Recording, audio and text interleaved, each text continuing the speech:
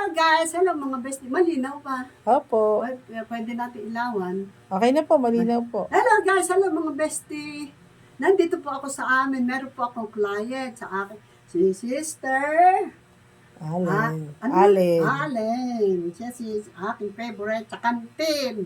Kaya siya ngayon atin pong ite-therapy siya. Kanyang nagsasuffer siya sa frozen shoulder. Kaya ilang buwan na yan?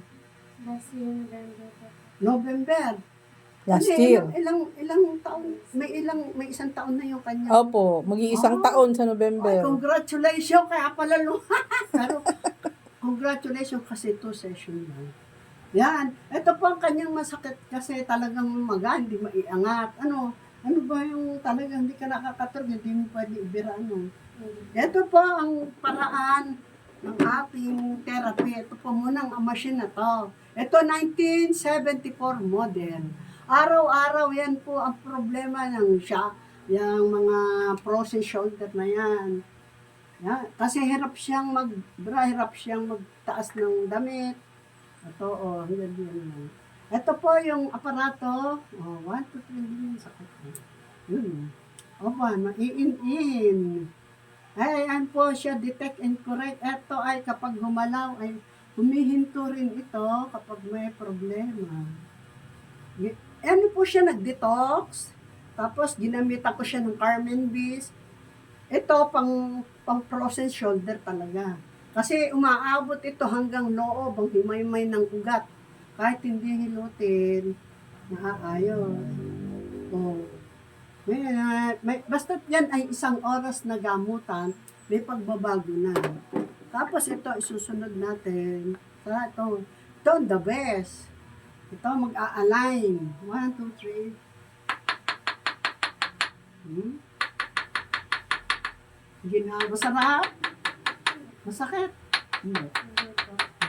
Oo, sakit Kasi di nare-relax. Kasi pag ginan mo, talagang mangingimi yung gandun. Kalimitan itong ginagamit ko sa sciatic, sa mga frozen shoulder, sa stiff neck. Yan. Tapos ito dito natin titirahin yung yan.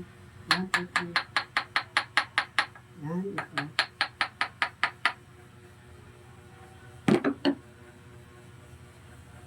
Yun, ganda.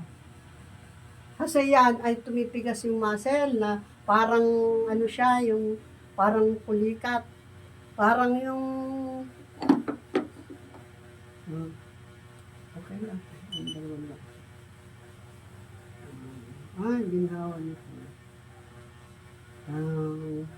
Mga daloy ng dugo ay nagsisirculate.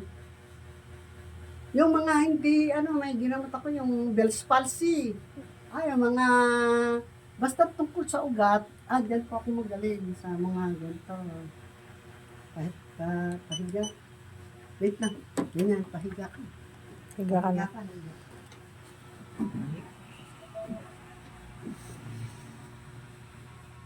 Ganda. 2, 3, 4, 5. Kanina hirap na hirap siya. Saka pag ito na-therapy na po, hindi na nabalik.